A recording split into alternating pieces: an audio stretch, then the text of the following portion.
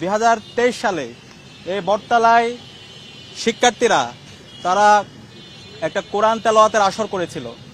কোরআন তেলাওয়াতের আসর করার পরবর্তীতে বিশ্ববিদ্যালয় প্রশাসন শিক্ষার্থীদেরকে শোকজ দিয়েছিল এবং পরবর্তীতে শিক্ষার্থীদেরকে বিভিন্নভাবে হ্যারাসমেন্ট করা হয়েছিল, সেটা আপনারা জানেন। জুলাই বিপ্লবের মাধ্যমে আমরা রাজনৈতিকভাবে আজাদি পেলেও আমরা এখন পর্যন্ত কালচারালি আজাদি পাইনি। বাংলাদেশে স্বাধীনতা পরবর্তী বাঙালি জাতীয়তাবাদ নামে আমাদের উপর ব্রাহ্মণ্যবাদী যে সংস্কৃতি, কলকাতা যে সংস্কৃতি চাপিয়ে দেওয়া হয়েছে এবং সেই সংস্কৃতির মাধ্যমে ইসলামের যে সিম্বলগুলো আছে সেগুলোকে কর্নার করা হয়েছে, সেগুলোকে ক্রিমিনালাইজ করা হয়েছে, সেগুলোকে প্রবলেমেটাইজ করা হয়েছে এবং তার প্রতিচ্ছবি গত 5 দশকে আমরা দেখতে পেয়েছি। আপনারা জানেন এই ঢাকা বিশ্ববিদ্যালয়ে 2023 সালে এই বটতলায় শিক্ষার্থীরা তারা একটা কোরআন তেলাওয়াতের আসর করেছিল। কোরআন তেলাওয়াতের আসর করার পরবর্তীতে বিশ্ববিদ্যালয় প্রশাসন শিক্ষার্থীদেরকে শোকজ দিয়েছিল এবং পরবর্তীতে শিক্ষার্থীদেরকে বিভিন্নভাবে হ্যারাসমেন্ট করা হয়েছিল, সেটা আপনারা জানেন। তো আমরা শিক্ষার্থীদের ম্যান্ডেট পেয়ে বিজয় আসার পর আমরা আশ্বস্ত করতে চাই, বাংলাদেশে এইভাবে যে ক্রিমিনালাইজ করার রাজনীতি, কর্নার করার রাজনীতি, ইসলামের সিম্বলগুলোকে যে আদারিং করার রাজনীতি, সেটা আর চলবে না। কালচারাল ফেসিজম চলবে না। আমাদের শহীদরা জীবন দিয়েছিল কালচারালি আমাদের যেই স্বাতন্ত্র্যবোধ আছে, আমাদের যে ঐতিহ্য আছে সেটাকে ফুটিয়ে তোলার জন্য। তো আজকে যে আমি বললাম কালচারালি আমরা আজাদি পাইনি, সেটার মূল কারণ হচ্ছে কালচারাল ফেসিজম। এই যে মুজিববাদের কালো ছোঁয়া এখন আমাদের সমাজে থেকে গেছে। এখন আমাদের বিশ্ববিদ্যালয়ে বিভিন্ন জায়গায় সেই কালচারাল ফেসিস্টরা বিভিন্ন ধরনের ষড়যন্ত্র এবং চক্রান্ত করছে। তো সেই জায়গা থেকে আমরা শিক্ষার্থীদের ম্যান্ডেট পেয়ে বিজয় আসার পরে আমরা এই কালচারাল ফেসিবাদের কবর রচনা করব এবং জুলাইয়ের শহীদদের যে আকাঙ্ক্ষা, সে আকাঙ্ক্ষাকে আমরা বাস্তবায়ন করব। আমরা যদি আমাদের নতুন কালচার বিনির্মাণ করতে চাই এবং বাংলাদেশের যে সমৃদ্ধ কালচার, সেটাকে যদি আমরা নিয়ে আসতে চাই, অবশ্যই আমাদের জুলাইয়ের যে শহীদদের আকাঙ্ক্ষা, জুলাইয়ের যে শহীদ, তাদের স্মৃতিগুলো আমাদেরকে নিয়ে আসতে হবে। এবং গত 1 বছর জুড়ে আমরা সেই কাজগুলো করার চেষ্টা করেছি। আমরা শহীদ পরিবারের কাছে গিয়েছি, আহতদের কাছে গিয়েছি, তাদের স্মৃতিগুলো শোনার চেষ্টা করেছি। বিগত সময়ে যারা ভিকটিম হয়েছিল তাদের ঘটনাগুলো আমরা নিয়ে আসার চেষ্টা করেছি। আমরা এমন একটি কালচার এখানে এস্টাবলিশ করতে চাই যেখানে মুসলমান যারা আছে তাদের কালচার সে নির্বিঘ্নে সে করতে পারবে, উৎসব পালন করতে পারবে।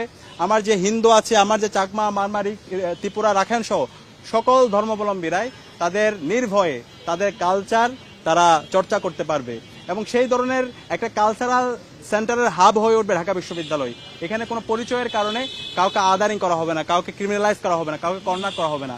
তো এই যে বৈচিত্র্যের মধ্যে ঐক্য, এই কথাগুলো আমরা বারবার বলছি। একটা হচ্ছে inclusive university, unity in diversity, সেটা ইনশিওর করাই হচ্ছে আমাদের উদ্দেশ্য এবং সে উদ্দেশ্যে আমাদের জোটের নাম দিয়েছি ঐক্যবদ্ধ শিক্ষার্থী জোট। তো ইনশাল্লাহ আমরা যখন শিক্ষার্থীদের ম্যান্ডেট পেয়ে জয়ী হয়ে আসবো, একটা মাল্টি কালচারাল ইনস্টিটিউশন হবে আমাদের ঢাকা বিশ্ববিদ্যালয়। একই সাথে আমরা বারবার উদ্বিগ্নতা প্রকাশ করছি বিশ্ববিদ্যালয়ে আমাদের নির্বাচন কমিশনের সামগ্রিক তাদের অ্যাক্টিভিটি এবং তাদের পক্ষপাতিত্বমূলক আচরণ দেখে।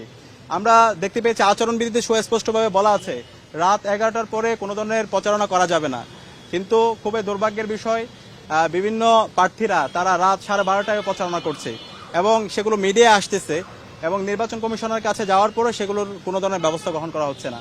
আমরা সবাইকে অনুরোধ করব, নির্বাচনে যে আচরণ বিধি দেওয়া আছে সে অনুযায়ী সবাই যেন আমরা দায়িত্বশীল আচরণ করি। এবং এর পাশাপাশি আজকে আমরা কলাভবনের সামনে দাঁড়িয়ে আছি, এটা বাংলাদেশের একদম আমাদের ঢাকা ইউনিভার্সিটির প্রতিষ্ঠাকালীন ফ্যাকাল্টি।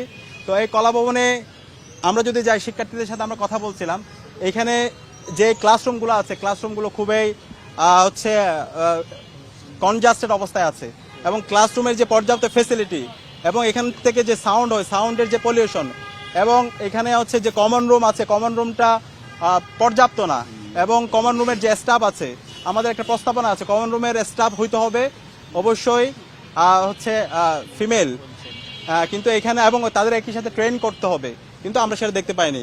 একই সাথে এই আমাদের যে হচ্ছে গবেষণার জন্য আমাদের কলাভবনের শিক্ষার্থীদের যেভাবে তাদেরকে গবেষণা কাজে সংযুক্ত করা দরকার এবং বিভিন্ন ধরনের ক্রিয়েটিভ কাজে তাদেরকে এঙ্গেজ করা দরকার এবং সেখানে যেভাবে বাজেট দেওয়া দরকার তা আমরা দেখতে পাচ্ছি না। একই সাথে এই কলাভবনে যে লিফটটা আছে সেই লিফটে আমরা বিগত সময়ে বিভিন্ন সময় দুর্ঘটনা দেখতে পেয়েছি এবং এতবার অভিযোগ করার পরেও সেই লিফট সংস্কার করা হচ্ছে না।